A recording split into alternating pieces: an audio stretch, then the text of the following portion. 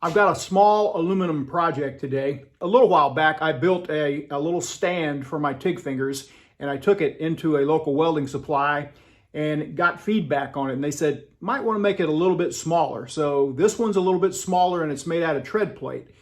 Before we get into the tread plate, let's do a quick review of the previous TIG finger display. It was 090 thickness, so I had the amperage set on 100, and I set the AC frequency to 200 for a nice focused arc. Since it is a display for my TIG fingers, of course I use the TIG finger to show how you can prop right next to a weld without burning your knuckles, without your pinky screaming at you before you finish the bead. Got some nice tight arc shots in that video. You can see I welded it with a tapered electrode. And I put this last bead just for appearance only, just thinking that it might get a welder's attention, because you know how we welders are. We have to inspect every weld we see everywhere we go, especially carnival rides. The guys at my local welding supply said you probably should make it just a little bit smaller. So I got a hold of some pieces of 063 tread plate. One of the challenges with welding 063 tread plate or 063 anything is making your tack welds small.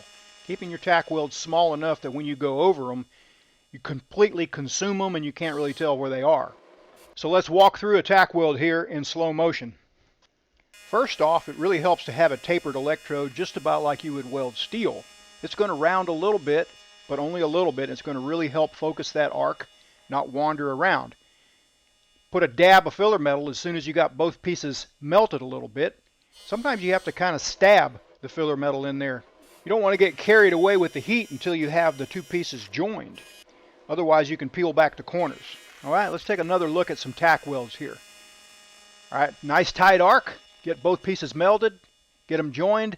Then you can kind of flow it around a little bit once the pieces are joined. You can give it a little bit more amperage. Sometimes you can actually use the tread for filler metal. I'll show that in just a second. Right now, we're just tacking right next to the tread or on the tread, some minimal sized tack welds. I'm going to put a little bit of heat and spread it around, let it sink in just a little bit. If you tack without filler metal, a lot of times you'll get cracked. But if you use a tread for filler metal, that's enough filler metal a lot of times to make a good tack without cracking. So let's take a look at that. No filler metal at all here, just using one of those treads for filler. Anytime you're tacking without filler, you need a really tight fit up, no gap, corner to corner. And it works pretty good. Sometimes you have to do it because you're working by yourself and you're having to use, one hand to hold it. So it helps to be able to tack with one hand. Once I got it put together, I came back and put more tacks on it. I had to trim one piece, and recently I made this portaband stand. I've got a Milwaukee portaband, and I just cobbled it together out of some scrap aluminum, but it's working out really well for me. I used to have a swag off-road stand, but I gave that away, so I made this one, and it's super handy, and I use it all the time for little quick cuts like that. You want to have plenty of tacks, about every 2 inches or so. Anywhere there's a gap, you can kind of squeeze it shut and put a tack. Now we're ready to weld it out. There's a lot of ways you could prop and be steady for this weld. You could get some 2x4s and stack them up, or make some props yourself. I'm just gliding along here with a TIG finger because it's so smooth against this aluminum that it makes it really easy. And that is one of the benefits. It's kind of like having a prop in your pocket for jobs like this when you can't find a place to prop.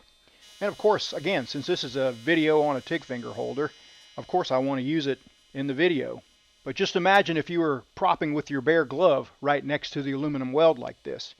Your fingers would be screaming pretty quickly. Aluminum gets really hot, really quick, and this especially comes in handy on thicker aluminum like 3/16 or 1/4 inch that gets really hot. I see a lot of people on Instagram using a TIG finger to glide along an aluminum intercooler or big, thick, heavy tread plate for making ambulances and fire trucks and things like that. I've got my tungsten sticking out a little bit farther than normal here to make sure the cup's not in the way, but as I get to the end of this weld, I'm kind of pulsing with the foot pedal 2 or 3 times to kind of control the heat, to keep it from getting so watery and out of hand. This next shot kind of really shows the challenge of when you're going over those tread areas. Right here I'm sinking it down a little bit in penetration, not really meaning to, but then when I hit the tread it kind of humps up a little bit. So this is one of those situations where pulsing with a foot pedal and being able to go a little bit hotter with a little bit bigger bead would probably help and better appearance on the bead. This is a number 7 clear cup that I've been using with a gas lens, and I think you can see how it really lights things up. Certainly helps me see better. At my age, I could use a little help sometimes. This last bead is strictly for appearance. I put this bead on there intentionally, trying to catch an eye, because as welders, like I said before, we have to inspect every weld we see, especially a nice aluminum bead. So I'm trying to make this one a nice aluminum bead. Doesn't have to be perfect, but if it catches an eye, mission accomplished. So I hope it'll attract a little bit of attention in a welding supply store and help somebody look closer at the TIG fingers and maybe sell a few.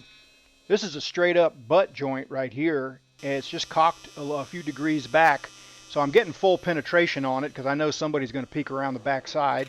You know, again, that's what we welders do. Again, pulsing with the pedal a little bit at the very end to kind of control the heat.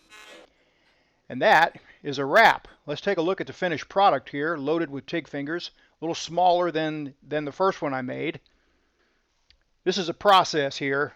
This is an evolution of going through these point of purchase displays till I find something that is manageable, something scalable, and hopefully I'll get some orders for these. I tried hard to make this a good instructional video, and I hope you got something out of it. Next time you're in your local welding supply, do me a favor and ask them if they can get TIG fingers. The real TIG finger from Weldmonger. All right? See you next time.